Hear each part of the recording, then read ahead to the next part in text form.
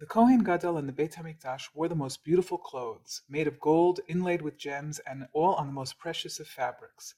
Most conspicuous of these garments was the Meil, or tunic, which was woven completely from Tekhelet, clear Tekhelet, as the Torah puts it, the sky blue dye obtained from a sea snail. This Meil, made by expert weaver Yehudit Abrams, with wool dyed at our factory by Tekhelet. And the threads are a little bit thicker than what we would do for tzitzit, for regular tzitzit. There we do 8 threads plied together, but here for the mikdash, for the Meil, for the garments of the big day kehunan, for the other things in the temple or in the mishkan, you do 12 ply. So it's 12 threads that are strung together, which makes the whole garment a little bit heavier. So in fact, this Meil would weigh about 2.5 kilo, which is almost 6 pounds. And you have to keep in mind that Tekhelet was fabulously expensive, at times worth up to 20 times its weight in gold.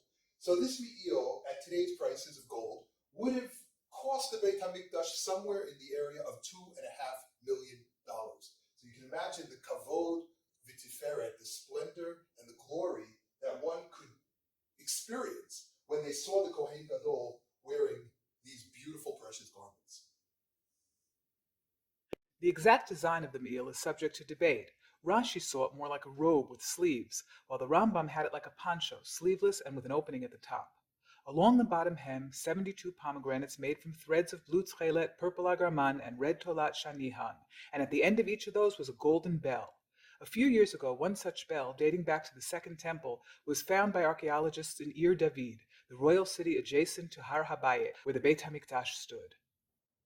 The Meil that we have prepared here is in accordance with the opinion of the Rambam, who holds that it was like a poncho, and as you can see, it looks like maybe like an oversized arba kanfot, like the tzitzit, the garment, the tzitzit that we wear under our clothes. And that begs the question, as you can see, it has 4 corners. So why didn't it need tzitzit? This question was asked first by the Radvaz in his commentary on the Rambam, and there are many explanations or many answers that were proposed. One of them, a beautiful suggestion, was proposed by Rav Yaakov Tzvi Mecklenburg in his Ketav Kabbalah, where he talks about the pa'amonim and the rimonim, the pomegranates, the tassels, if you will, and the little bells that hung from them, which we, of course, have not yet put on the Meil. They would make a beautiful melody chiming as the Kohen Gadol walked through the Beit HaMikdash, and it would remind everyone, when they heard these beautiful bells clanging, it would remind everybody of the Kohen Gadol's presence, and by association, of the presence of HaKadosh Baruch Hu and his Shechina. So the purpose of the tzitzit that we wear is uritem oto, you will see them and remember all of the commandments of God, all of the mitzvot. So too, says the Ketav Kabbalah, you would hear the Kohen Gadol, and that would remind you of God's presence. So in essence, the bells were in place of the tzitzit. We use that visual cue, whereas in the Beit HaMikdash it would be audio, it would be by sound, a beautiful melody that would remind us of God's presence within the Beit HaMikdash. The Ramban explains regarding the garments of the Kohen Gadol that, quote, these clothes were the clothes of royalty. Their likeness was worn by kings during the time of the Torah.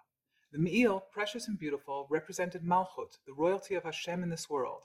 The Ramban continues, noting that no man dares to wear such fabrics except for a king of nations. This is historically accurate, as we know the Roman emperors issued strict edicts forbidding the wearing of shellfish dyed purple or blue by anyone other than the royal family. Selling these fabrics and even owning them was a crime tantamount to treason, punishable by death. Just as the emperor, his family, and entourage were the only ones who would wear the royal fabrics, one can comparably say that the same is true with Hashem. His most trusted servant, the Kohen Gadol, wore the Meil, made completely of Tekhelet. The regular Kohen Hedyot wore a belt, the Avneit, made of Tekhelet, and each Jew is commanded to wear a string of Tekhelet on his tzitzit. And what of Hashem himself? Perhaps one can claim that metaphorically he too wears a Meil made of Tekhelet, which is alluded to in the pasuk from Tehillim that is recited each morning before we wrap ourselves in our own talit. Oteh or kesalma, noteh shamayim kiyiriyah. Wrapped in a robe of light, spreading the heavens as a curtain.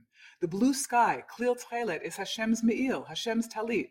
When one looked at the Kohen Gadol draped in his Tekhelet robe, one saw the infinity of the heavens, as the Paitan Yossi ben Yossi described the Meil, Kazohar Harakia, as radiant as the sky. That association brought one's thoughts to focus on Malchut and on the true nature of royalty, of the King of Kings, Melech Malchei HaMlachim HaKadosh Baruch Hu.